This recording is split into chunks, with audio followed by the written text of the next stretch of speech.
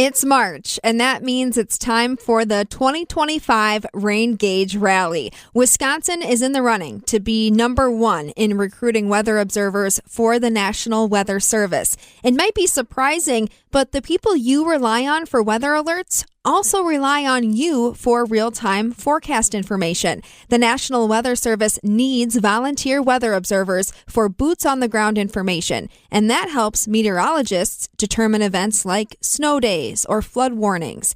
Tim Halbach is the warning coordination meteorologist with the Milwaukee National Weather Service. He says, yes, they have technology to help them out, but nothing compares to your report. We have all these great tools that have a lot of technology involved with them, but in the end, we need to know what's happening on the ground. So we rely heavily on, in the moment, people telling us, how bad is the storm? What kind of damage are you seeing? Is there a tornado that's occurring?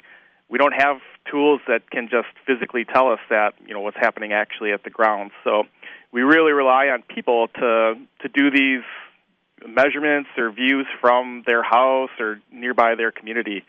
And that information not only helps out for keeping people safe in their own community, but people in communities that are downstream from where that weather is going to be going in the next hour or two.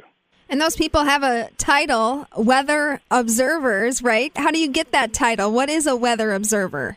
So anybody can do this. Generally, we want you to have some sort of interest in the weather. Don't want to be forcing you into it, but if you're someone that has one of those little plastic rain gauges in the backyard and you like to go and check it every day to see how much rain you got so you can brag to your neighbor that you got more rain than them, those are the types of people that we look for to help us out.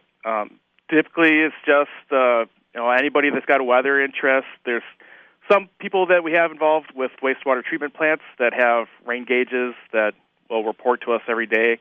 But otherwise, it's just people that are really interested in the weather. And who isn't interested in the weather? Where did your interest in weather come from?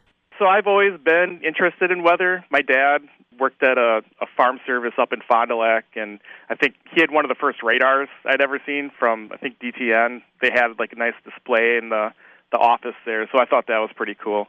But we would always watch the weather together and talk about how much rain fell and watch the Weather Channel, things like that. So from a young age, I was interested in it, and I grew up in Fond du Lac, so I witnessed the Oakfield tornado back in 1996. So a lot of different weather things going on that, kind of pushed that passion and interest into me. So if you're like one of us and checking your rain gauge anyway, be a part of the Rain Gauge Rally and volunteer with the National Weather Service. Visit WisconsinWeatherWatchers.org. For the Midwest Farm Report, I'm Stephanie Hoff.